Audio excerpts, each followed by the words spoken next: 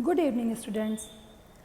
आज हम अपना हिंदी ग्रामर में पढ़ेंगे चैप्टर 16 अविकारी शब्द क्रिया विशेषण।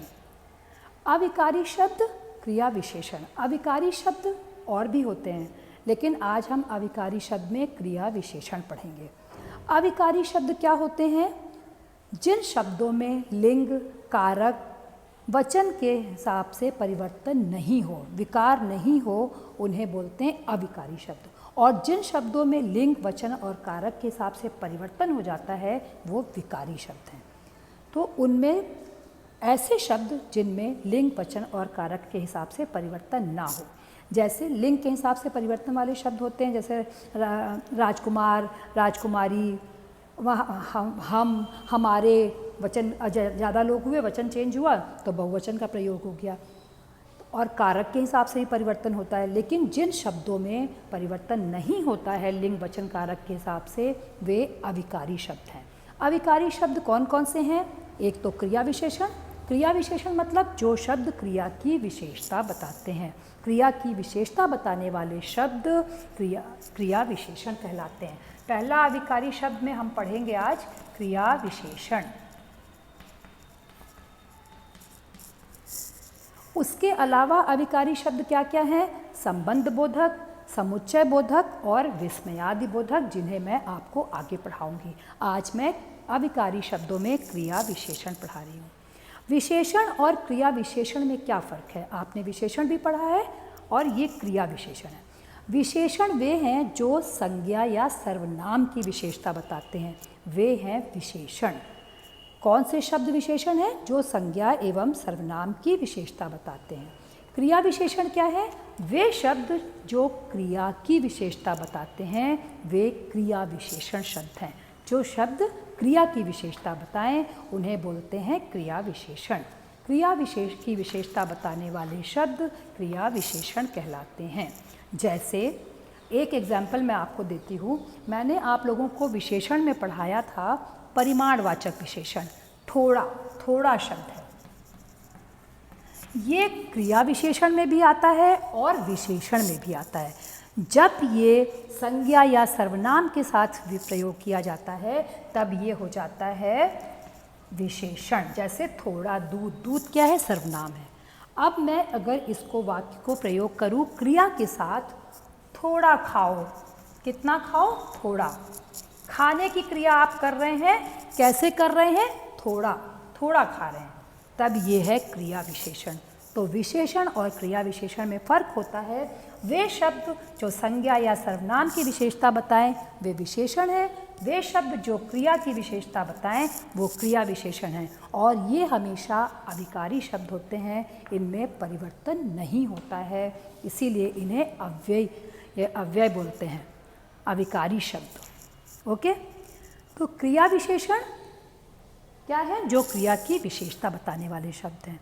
अब क्रिया विशेषण के कितने भेद हैं? क्रिया विशेषण को भी पहचानने के तरीके क्या क्या हैं? क्या क्या हैं जो क्रिया की विशेषता बताने के तरीके हो सकते हैं? पहला है रीतिवाचक विशेषण। फर्स्ट क्या है? रीतिवाचक।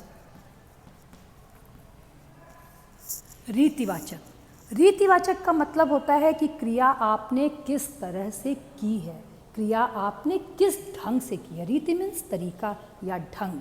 क्रिया को आपने किस ढंग से किया है।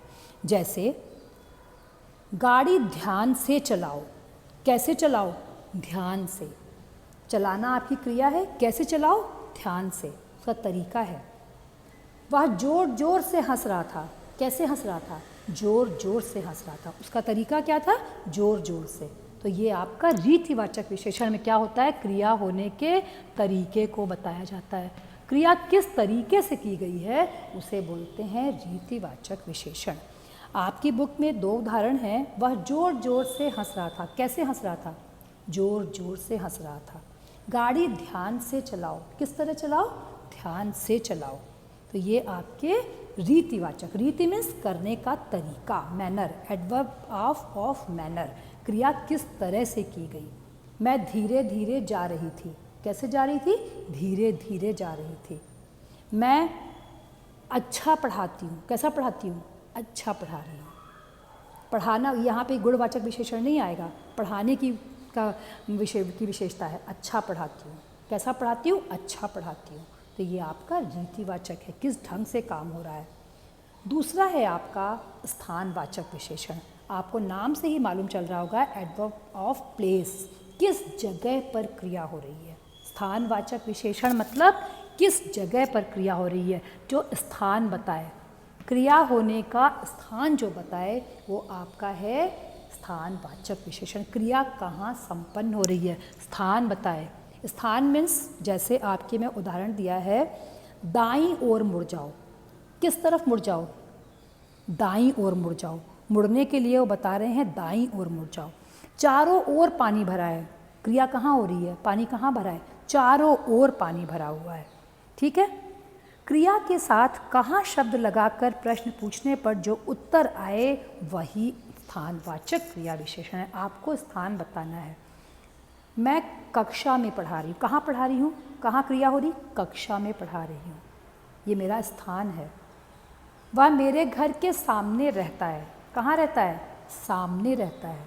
तो ये आपका, जब आप कहाँ लगाकर क्रिया कहाँ हो रही है पूछेंगे, तब ये आपका स्थानवाचक विशेषण है। जो क्रिया संपन्न होने के स्थान को बताए वो स्थानवाचक विशेषण है।